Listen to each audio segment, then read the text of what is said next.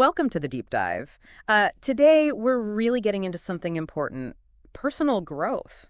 Yeah, specifically looking at self-love, self-healing, and self-growth itself. They're all intertwined, aren't they? Definitely. And we've got this piece, this source material, that offers a really, well, heartfelt look at the whole journey. It's not just surface level. Exactly. It gets into the real stuff, the challenging internal work. So our mission today is basically to unpack these ideas. Right. See what's really behind them and hopefully give you some useful insights for, well, for your own path. Where should we start? Self-love feels like the foundation.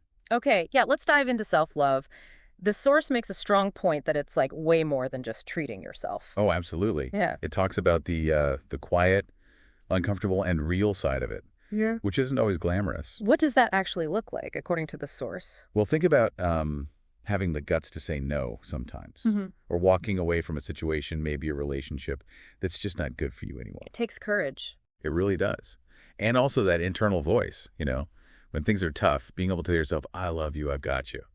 That kind of self-compassion. Ah, so it's like building your own internal support system. That makes sense. Yeah, and the piece really frames self-love as an active choice. Yeah. Like you're deliberately choosing you over needing everyone else's approval. Or over trying to perform constantly or chasing some idea of perfection that's frankly impossible. Exactly. It's not about being perfect. It's about choosing yourself anyway. Yeah. And it's built slowly.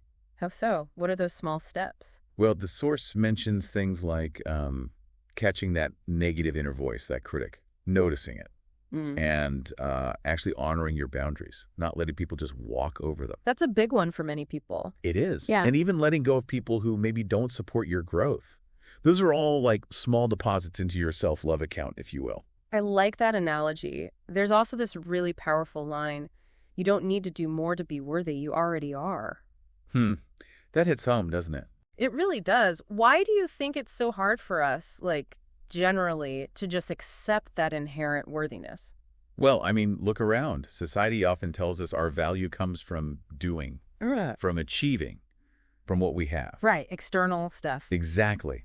So internalizing that your worth is just there, regardless of your job title or your bank account, that's a big shift. It requires unlearning a lot. So that call to action, stop waiting to be chosen, choose yourself, is really about taking that power back internally. Precisely. It's about shifting your focus inward for validation. Okay, let's pivot a bit to self-healing. The source is really upfront about it being messy, nonlinear, and frustrating. Yeah, and thank goodness for that honesty, right? Yeah. Because healing often gets presented as this neat, tidy process. Like a checklist or something. Kind of. Yeah. But reality is usually, well, messier. Acknowledging that it can be frustrating, that you might feel like you take 2 steps forward and 1 step back, that normalizes the actual experience. It makes you feel less alone if you're finding it hard. Absolutely. It validates the struggle. Healing isn't about becoming unbroken. It's more about integrating all of it, the good and the bad. The source also sort of broadens the picture of what healing even looks like. It's not just therapy, for example. Right. It could be just letting yourself actually cry without judging yourself for it. We often tell ourselves to be strong, Or it could be making that incredibly difficult decision to end a long-term friendship that's become toxic. That's healing. Facing past hurts, too, even if it's painful to look back. Yes, acknowledging that pain is part of processing it. These aren't always seen as healing activities, but they absolutely are.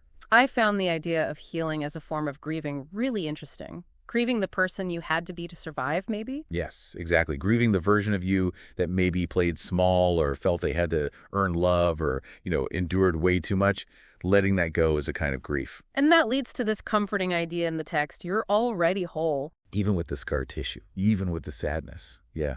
It's saying the scars don't make you less whole. They're part of your wholeness. Which feels really important, especially when you're right in the middle of the messy part. Definitely. And that's where self-compassion comes in again. Yeah. And rest.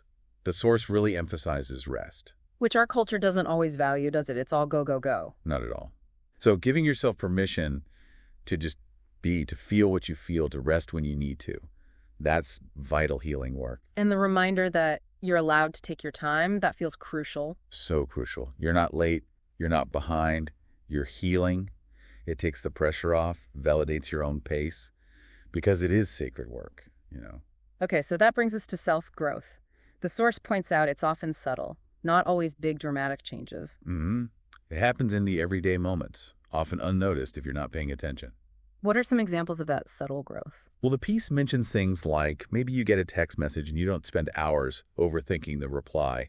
You just trust yourself. Huh, okay, that's relatable. Right. Or setting a boundary and not feeling like you have to write a 5-paragraph essay explaining why. Just stating your need. Choosing peace instead of getting drawn into pointless arguments. Exactly.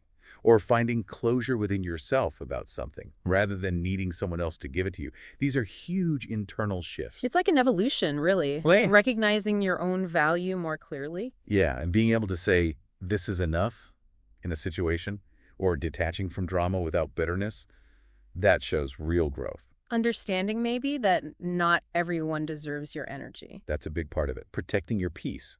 And I like how the source defined the best version of yourself. What was that again?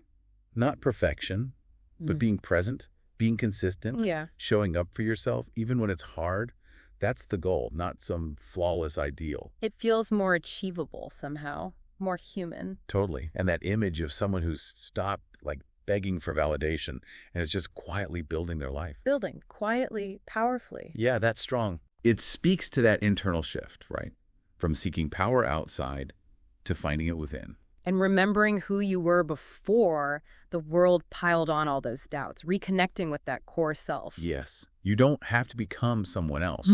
You just have to remember. It's about rediscovery, not reinvention necessarily. So ultimately, these three things, self-love, healing, growth, they all feed into each other. They're completely interconnected. Every time you choose yourself, practice self-compassion, set a boundary, you're doing all three in a way. You're rewriting your story, as the source says. Exactly.